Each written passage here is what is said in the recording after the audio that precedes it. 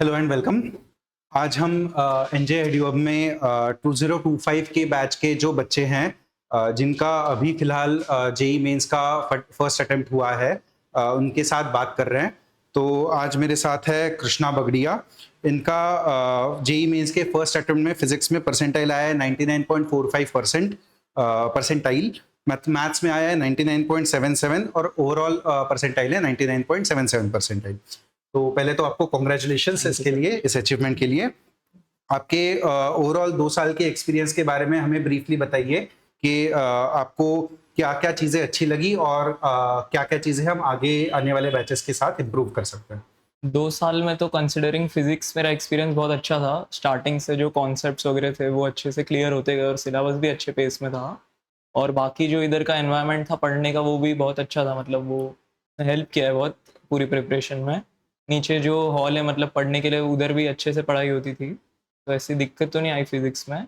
बाकी भी बहुत अच्छा एक्सपीरियंस था मतलब पूरे 2 साल। ओके।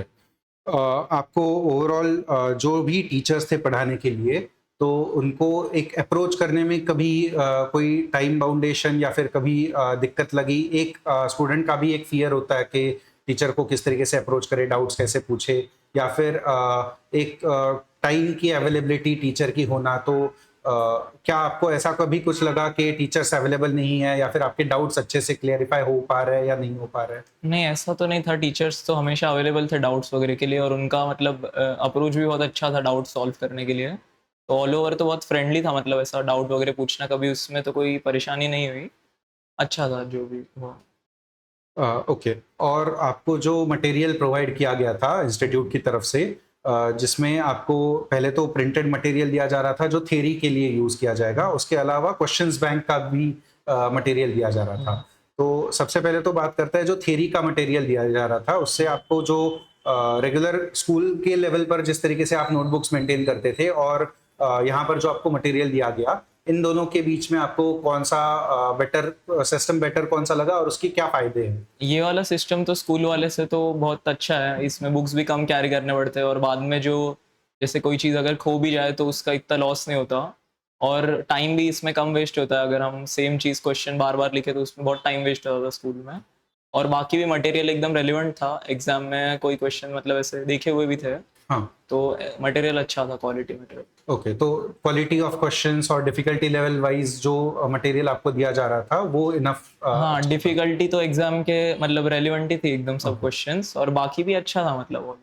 ओके। और टेस्ट के बारे में अगर हम टेस्ट के डिफिकल्टी लेवल के बारे में अगर बात करें, हुँ, तो उसकी difficulty level as compared to JEE Mains की एक्चुअल फाइनल एग्ज़ाम की जो हुँ, डिफिकल्टी लेवल आई थी, तो हुँ। उसको अगर आप कंपेयर करोगे तो उसके बारे में क्या बोल टेस्ट सकते हैं? बहुत अच्छे थे, मतलब डिफ़िकल्टी लेवल मेंस से थोड़ा ज़्यादा ही था, और टेस्ट की वज़ह से बहुत हेल्प हुई पूरी प्रिपरेशन में। क्योंकि स्टार्टिंग से हम टेस्ट देते आए, तो उसके बाद मेंस के टाइम ऐसा कोई अलग ये नहीं था टेस्ट देने के लिए।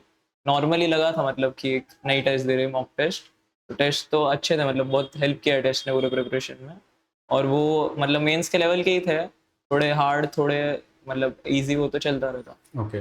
टेस्ट का एनालिसिस सही से होता था? मतलब टेस्ट हो जाने के बाद उसमें जो आंसर की वगैरह मिलती थी, तो हुँ, उसमें अगर कोई करेक्शन हुआ या फिर आपके जो टेस्ट के पेपर में जो डाउट्स है, हुँ, वो डाउट्स के लिए अलग से आपको टाइम दिया जाता था कि टेस्ट पेपर के नहीं तो ऐसे भी हो सकता है कि टेस्ट पेपर हो गया, आंसर की मिल गई और हुँ, फिर आपको आपने जो सवाल अटेम्प्ट नहीं किए वो छोड़ दिए, या फिर बाद में घर पे जाके आपने अटेम्प्ट किया और आपको डाउट आया और फिर उसका सॉल्यूशन नहीं मिल पाया। हुँ।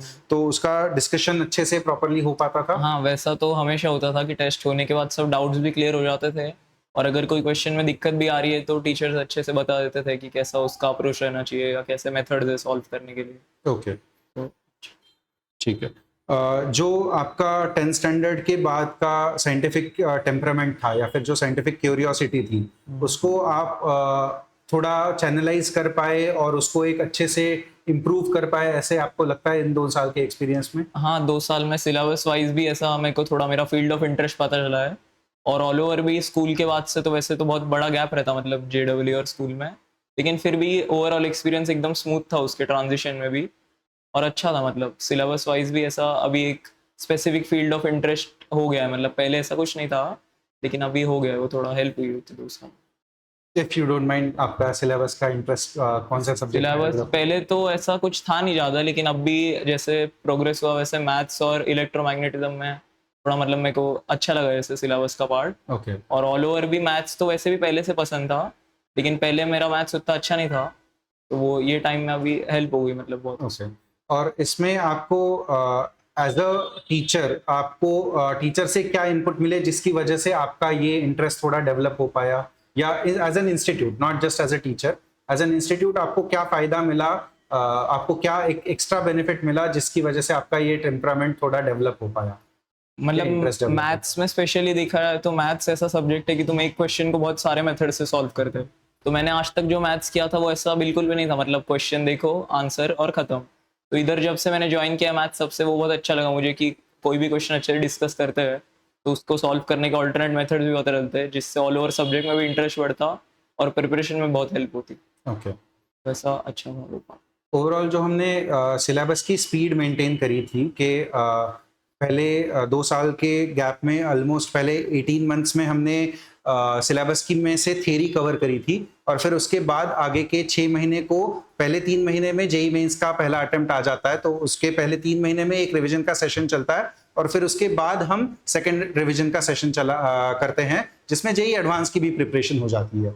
तो ये ओवरऑल जो पैटर्न था, इस पैटर्न के बारे में आपको कुछ बोलना है कि ये थोड़ा फास्ट लगा या थोड़ा स्लो लगा इस हिसाब से? नहीं, पेस सिलेबस का अच्छा था एकदम। एग्जाम के पहले भी जितना टाइम हो सके उतना खत्म हो गया था, और उसके बाद भी मतलब एग्जाम तक अच्छा टाइम था रिवीजन के लिए, तो रिवीजन भी पूरी अच्छे से हो गई, और रिवीजन का ऑल ओवर एकदम स्मूथली हुआ सब कुछ, जिसके वजह से मेंस में भी स्कोर में इम्प्रूवमेंट हुई बहुत। ओके। तो रिवीजन के टाइम पर, मतलब ऑलमोस्ट अक्टूबर से दिवाली के आसपास हमारा सिलेबस खत्म होता है, और जनवरी में हमारी फर्स्ट अटेम्प्ट होता है। तो ये जो 2.5 से 3 महीने मिलते हैं, इस टाइम में जिस एफर्ट के साथ आपके पीछे लग के, लिटरली आपके पीछे लग के इंस्टीट्यूट ने जो रिवीजन करवा के ली है, ये इसका आपको कितना फायदा हुआ?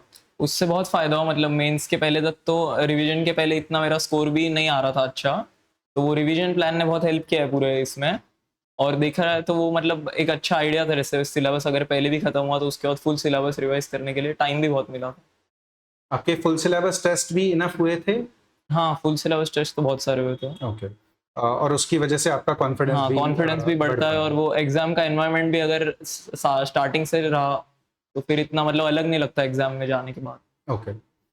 चलो, तो आपको ऑल द बेस्ट अगले आगे के प्रिपरेशन के लिए। जेई एडवांस आने वाला है आपका, और जैसे आपने बोला कि इलेक्ट्रोमैग्नेटिज्म में आपको इंटरेस्ट आ रहा है और मैथ्स में भी इंटरेस्ट आ रहा है, तो आई होप कि इस इंटरेस्ट को ध्यान में रखते हुए आप आगे, आपको कौन से डिसिप्लिन में जाना है ये अच्छे से चूज कर पाओगे, और उसमें आपको जो भी मदद लगेगी उसके लिए एनजे एडू अब आपके साथ रेडी रहेगा।